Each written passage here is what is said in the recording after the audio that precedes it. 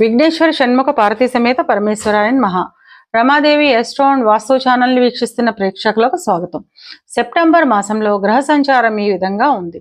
సింహంలో సంచరిస్తున్న రవి 17వ తేదీన కన్యలోకి ప్రవేశిస్తాడు.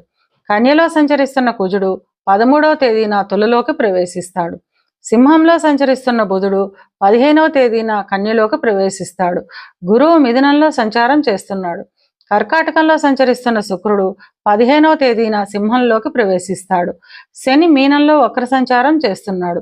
రాహువు కుంభంలోను, కేతు సింహంలోను సంచారం చేస్తున్నారు. ఈ గ్రహస్థితిని ఆధారంగా చేసుకొని ధనురాశి వారికి సెప్టెంబర్ మాస ఫలితాలు ఎలా ఉన్నాయో, చిన్న చిన్న పరిహారాలు ఏం చేసుకోవాలో చూద్దాం. మూల 1, 2, 3, 4 పాదాలు, పూర్వాషాఢ 1, 2, 3, 4 పాదాలు, ఉత్తరాషాఢ మొదటి పాదము కలిపి ధనురాశిలో ఉంటాయి. ధనురాశికి అధిపతి గురువు.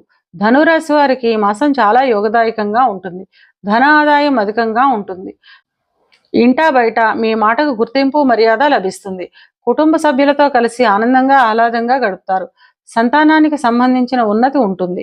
ఇక విద్యార్థుల విషయానికి వస్తే విద్యార్థులకి ఈ మాసం చాలా యోగదాయకమైన మాసంగా చెప్పవచ్చును. అన్ని రంగాల విద్యార్థులు మంచి ఫలితాలను సాధిస్తారు. గుర్తింపు లభిస్తుంది. విదేశాలకు వెళ్లే విద్యార్థులకు వాయిదా పడే అవకాశం ఉంటుంది. ఉద్యోగ ప్రయత్నం చేస్తున్న వారికి ఈ మాసం కోరుకున్న ఉద్యోగం లభించే అవకాశం ఉంటుంది. ఉద్యోగం చేస్తున్న వారికి పై అధికారుల గుర్తింపు లభిస్తుంది. ఉన్నత పదవులు లభిస్తాయి. కార్యాలయాల్లో మీ మాటకు విలువ, గౌరవం లభిస్తుంది. ఉద్యోగ నిమిత్తం విదేశాలకు వెళ్ళాలి అనుకునే వారికి వాయిదా పడే అవకాశం ఉంటుంది. ఇక వ్యాపారస్తుల విషయానికి వస్తే వ్యాపారంలో కొంత ఒత్తిడి ఉంటుంది. రావలసిన ఆదాయం ఆలస్యమయ్యే అవకాశాలు ఉంటాయి. ఆర్థిక సమస్యలు ఉంటాయి. 2వ వారం తర్వాత సమస్యలన్నీ తగ్గి వ్యాపారం సజావుగా సాగుతుంది. వివాహ ప్రయత్నం చేసేవారికి ఈ మాసం వివాహం కుదిరే అవకాశం ఉంటుంది. వివాహమైన వారు కుటుంబంతో ఆనందంగా ఆహ్లాదంగా గడుపుతారు. జీవిత భాగస్వామితో కలిసి పుణ్యక్షేత్ర దర్శనాలు చేస్తారు.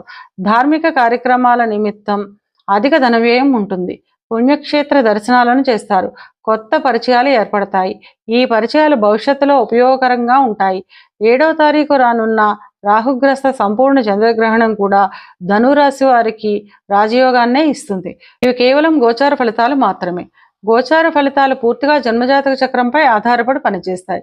కనుక తమ జన్మజాతక చక్రాన్ని విశ్లేషణ చేయించుకోవాలనుకునేవారు కింది నెంబర్కు వాట్సాప్ చేసి కన్సల్టేషన్ తీసుకోండి.